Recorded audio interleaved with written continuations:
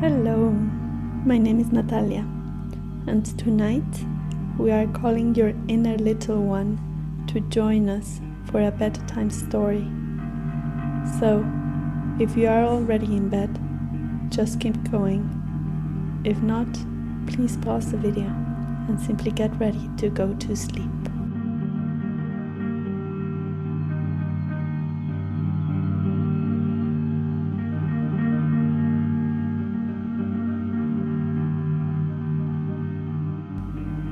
Okay, good night then.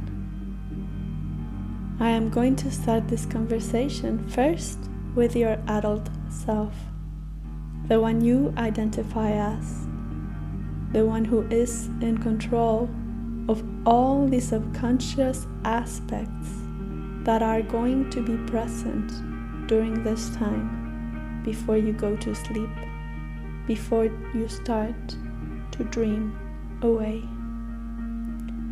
I am going to invite your adult self to take 3 long deep breaths, inhaling and exhaling long and deep. Breathe at your own pace, filling your lungs with air and release. Release anything, everything.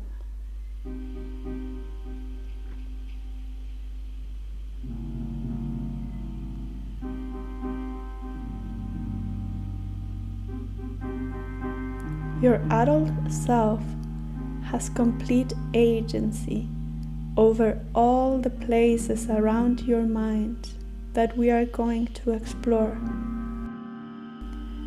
Tonight, we are calling forth 2 of these elements, your inner little one and your mothering aspect, the mother figure inside your mind.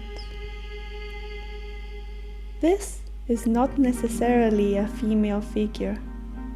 It is a configuration which cares for the little kid with love, with tenderness, with deep interest. We are going to allow them, mother and kid, both to unite, to have a moment together. So, awaken your little one. Feel it being present here, right now, tonight.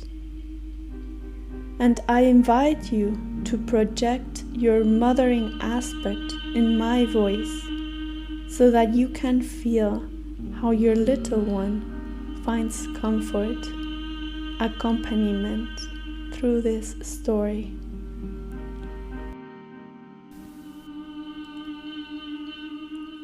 Today, I am here present for your little one, for a bedtime story, to guide them to sleep, to guide them to feel free to explore the night, the mysteries, to guide them out of fear, to let them know that I am here holding their hand as they fall asleep bit by bit with this story of the grasshopper, the bike, the sticks.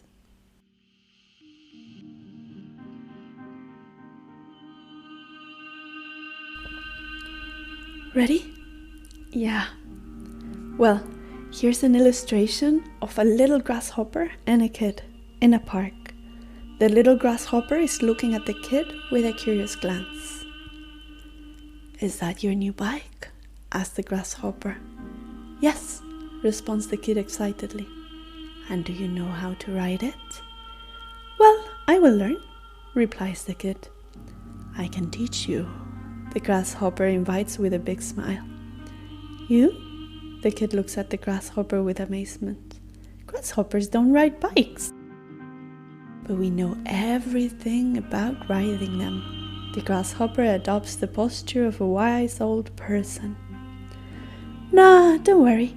My father will teach me," the kid announces with a proud, brilliant look. Yeah, well, he can teach you on weekends, and I can teach you the rest of the time. The grasshopper playfully insists. He loves doing things for the kids. The grasshopper, the kid, they look at each other. The kid defies the grasshopper again. But you must be tall and strong in case I fall. You can't do it otherwise. The grasshopper defies back. I can jump very tall. The kid searches for an answer. But then I will fall anyway over you. They burst into laughter. But the grasshopper still wants to be part of the fun.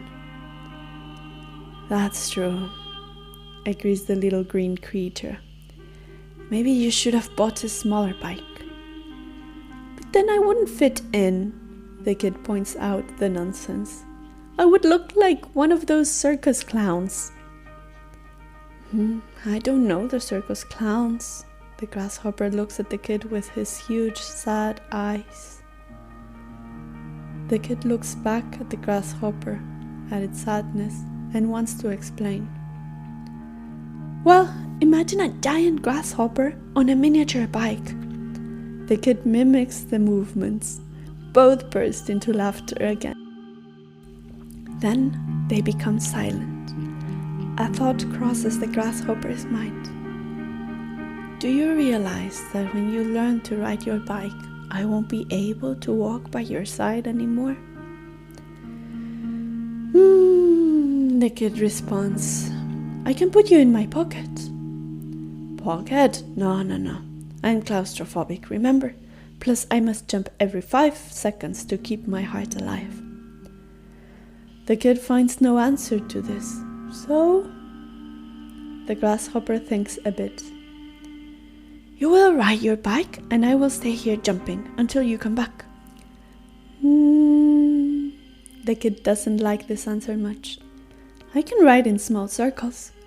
Yes, that's perfect. We do it like that. Okay, then teach me. The kid is now excited. The grasshopper gave the kid all the necessary instructions while hopping between the bike parts and the child's knees, the feet, the hands, everywhere between the child's body and the bike. You turn this here, you put that there. The kid just smiled in amazement, for they knew all this. They had seen people ride bikes many times, but being taught how to do it by a grasshopper gave them a really good time.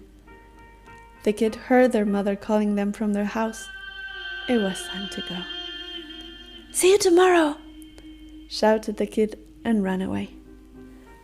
The grasshopper whistled and hopped into the grass, singing a song about wheels and time or something like that. The next day, the kid didn't come. It was a rainy day. Rainy days were difficult. First of all, because it rained, and hopping was a bit more humid. And second, because the kid wasn't allowed to go out. They would come only on escape rainy days, when their mother had afternoon shift. Those were things that the grasshopper did not really understand, but thought about in rainy days. The next day was weekend. The grasshopper knew this as soon as he saw the father coming from the left side of the park.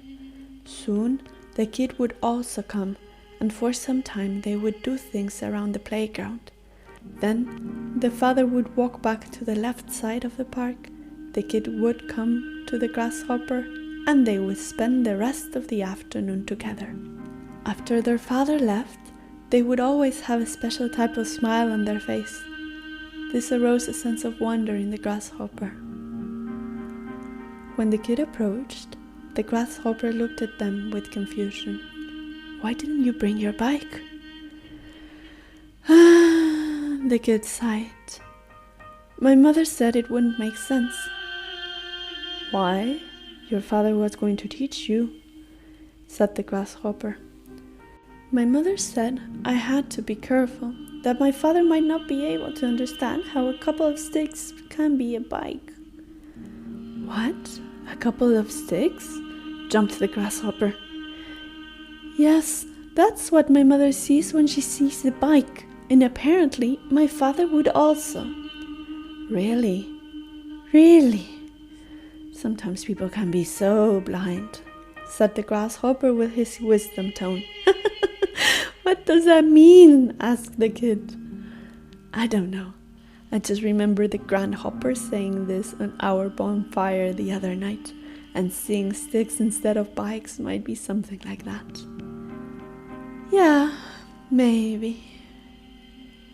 I can teach you to ride your sticks then. They burst into laughter again and waited for another sunset to wave goodbye again.